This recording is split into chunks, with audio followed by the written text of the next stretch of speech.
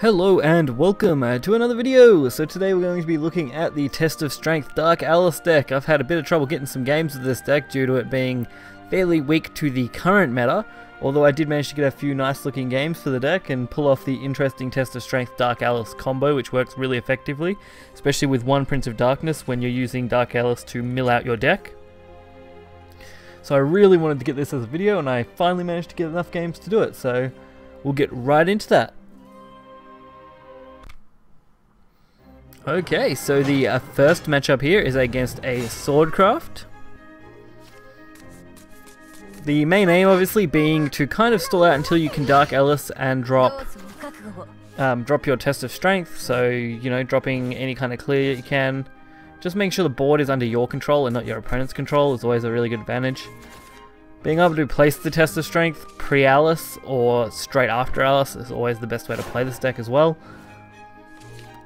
The problem I think I had with this deck is probably the early game. If I had a stronger early game and used Alice and Test of Strength as a finisher on its own, that might perform better. Instead of trying to balance the deck around Test of Strength and Alice, maybe lead into like a mid-early and then Test of Strength Alice. Just some thoughts that I had while trying to get this deck to work out. So they do trade, kills off their thing. They play Cinderella, not a big threat. 3-drop Lurching Corpse into Soul Conversion works pretty nicely. We're able to combo those and draw out a couple cards that we kind of might need. And because of Dark Alice's mill effect, you really don't have to worry too much. You can pretty much guarantee a Test of Strength or a Prince of Darkness draw. You're going to get one or the other. And since you're limited to like 4 cards, that gives you 4 turns to draw.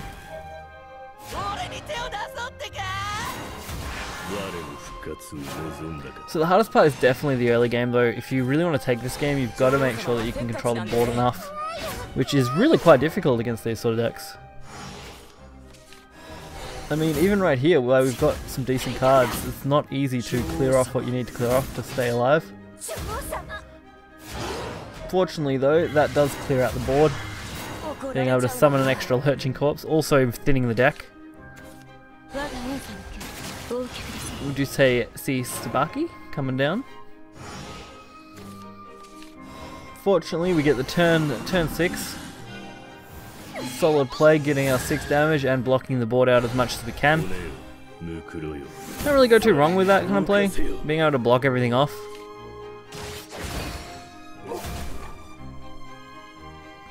I mean, what do we really have to lose here? Heart Guardian.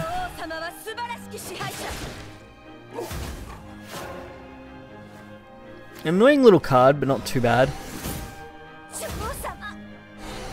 Being able to drop in a pen, the ledger, along with the haunted house as potential, which kind of works out, I guess. We can push as much damage as we want. This game we don't actually use Dark Alice because we didn't really need to, luckily. We're able to flood the board enough that it didn't really matter. They do take us down with that Monica though. Actually, maybe we did go into Dark Alice. I can't really remember. I don't think we did though. But maybe we did. This matchup was a tricky one. So we do get the Healing Angel as our draw. Sorry, as their draw. Ugh. Nice, so we did go for the Dark Alice. With 15 health and what's on board, Dark Alice actually works pretty well. The only disadvantage was I did that, which I probably shouldn't have. I did then just banish the entire hand. Probably should have held off and just traded with the evolve and then let them kill it off, I guess. Although this wasn't a bad option. Because once Test of Strength drops, Alice becomes an immortal wall and you can't clear it. Not without clearing Test of Strength or banishing Alice, they're your only 2 options. And versus something like Sword, they don't really have that capability.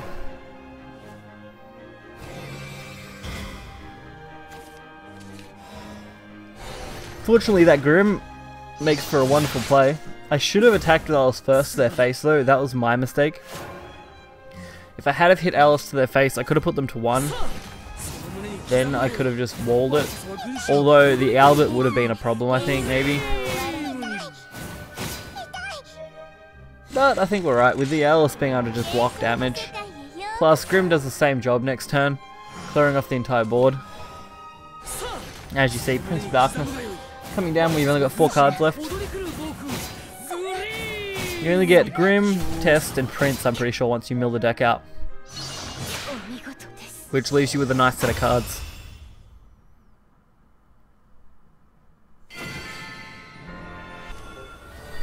Alright, so game 2 is against Haven.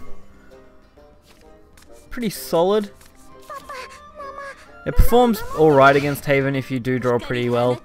Like I said, this deck really isn't that great. I just wanted to showcase that it can have a crazy ass plays with those Test of Strength Alice combos. Which I feel like these few games that I had really show that off. But if you're looking to play this deck, only play it as kind of an extra fun thing, just to kind of break up the monotony of playing in the meta at the moment. So they do go for that early 2-drop, pretty common play for Haven.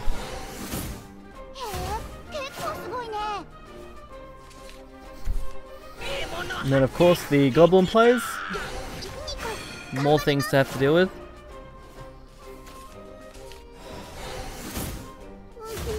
Luckily I get the zombie party, killing off that.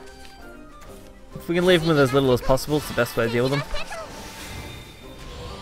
So in other words, we don't have many options. Lurching Corpse Soul Conversion is one, but it's not a very good one.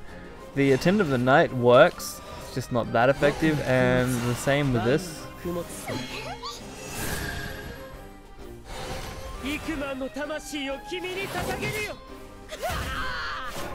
Obviously I wish we could have made a better play, but this seems to have done what we need it to do.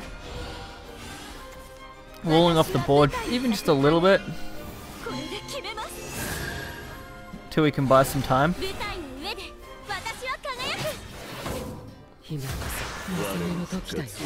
I mean, the potential with the Lurching Corpse hitting one of those 5s is pretty reasonable. And if it does, then we're pretty set, really. Luckily we do draw another Lurching Corpse.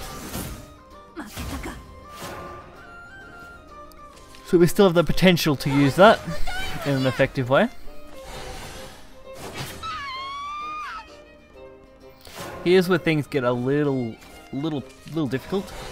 Especially drawing into Dark Alice, the Test of Strength is then possible. I probably could have played Test of Strength in the earlier game, but them only having Owlcat just didn't feel great. I would much prefer just to play Alice and then trade into whatever they play next. Especially since we're a pre-Aegis turn, meaning we don't have to deal with it. So we don't really need to worry here. We got a pretty solid option.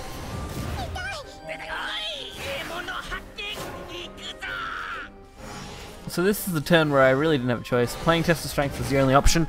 That Evolve plus the Goblin Leader really didn't leave me with much choice, unfortunately. Although I was pretty easy to clear this board off. Setting up for an easy Dark Alice if we choose to in the next turn. Along with the fact that Ledger would be summoning more stuff. The new Test of Strength being that it's wards instead of requiring the hit really is quite powerful for shadow decks. And the final game against Rune, getting a nice little bit of variety in the decks that we're playing this time around. See, Pact of the Nether God is probably a card that I don't like too much. I don't really use it effectively in this matchup either when I do use it. Plus, I wish I had more early game, maybe building not so much a neutral engine, but building a cheap shadow engine that runs quite early, like the Catacomb engine. Might be a good way for the deck to run, and then just going to Dark Alice as a final finisher with a similar late game. The problem is having draw consistency, which I think we could actually pull off with Demon Eater. I think that would be a good way to improve this deck. It's definitely a deck I'll be looking at in the future to improve, as it does have potential.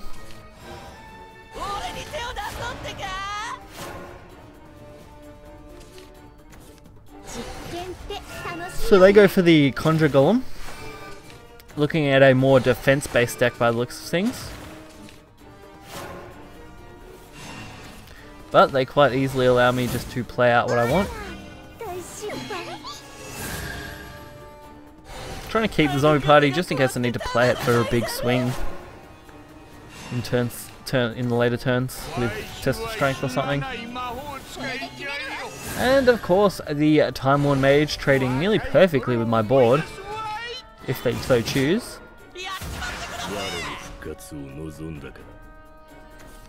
But at the same time, Phantom Howl is not a bad option for me if I needed to deal with stuff in some way, shape or form. Although we do end up with just going the zombie party, getting rid of that 3. Throwing out a Grimnir just to pressure. Knowing that they had the Crimson Sorcery, I knew I could probably bait them into a turn. Just to get rid of it. Fortunately, this is like a full Conjure Golem deck. They're really aiming to push that defensive plays. Fortunately, against Test of Strength, really not great just to go full Golem all the time, especially when Grimnir is a solid play for turn 10. In the later plays, which we do still have one Grimnir in our deck, provided with our Dark Alice pull probably, if we can pull that off. So, here's where I just decide, screw it, go with whatever. You know, they play the 0-2. I've drawn 2 Nether, I'm just like, yeah, let's just do it. Kill it off, play it into the Nether, get a 1-3, ram their face for 4. Try and whittle them down to as much health as I can so that when Test of Strength does come down, it'll be really effective.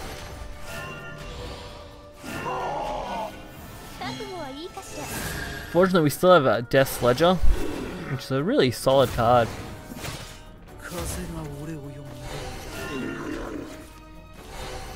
But they do go for the full board. Luckily we do get Dark Alice, which was a really ideal draw. Being able to use this card effectively is really quite good. So we kill off one of these golems, get rid of that 5-1, get a ghost, use the ghost to whittle down the 3-3. Just that little bit extra, just so we don't have to deal with it too much. The last things left will be like Phantom Howl, Test of Strength, and Death's Ledger, which will probably be destroyed due to Dark Alice disappearing. The only thing left in my hand will be Test of Strength, along with whatever I draw in the next turn.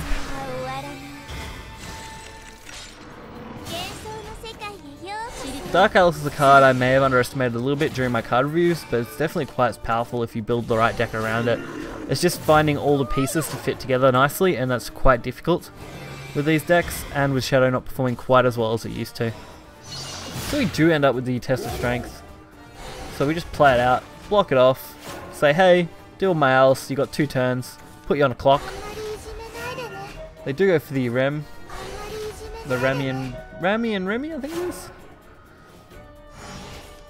But fortunately, Prince of Darkness turn 10. Pack our deck with 10 more cards. We luckily drew into another Test of Strength, otherwise I would have been really hesitant on playing that Prince of Darkness right there. Unfortunately, being able to just trade off, making it really hard for them to deal with this. And they concede, not even seeing my second Test of Strength.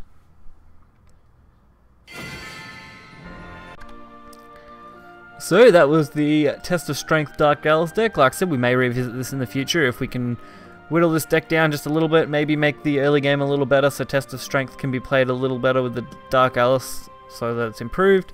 Other than that, it's a fun deck to play. I wouldn't recommend it for any kind of competitive play, maybe just for a fun game here and there.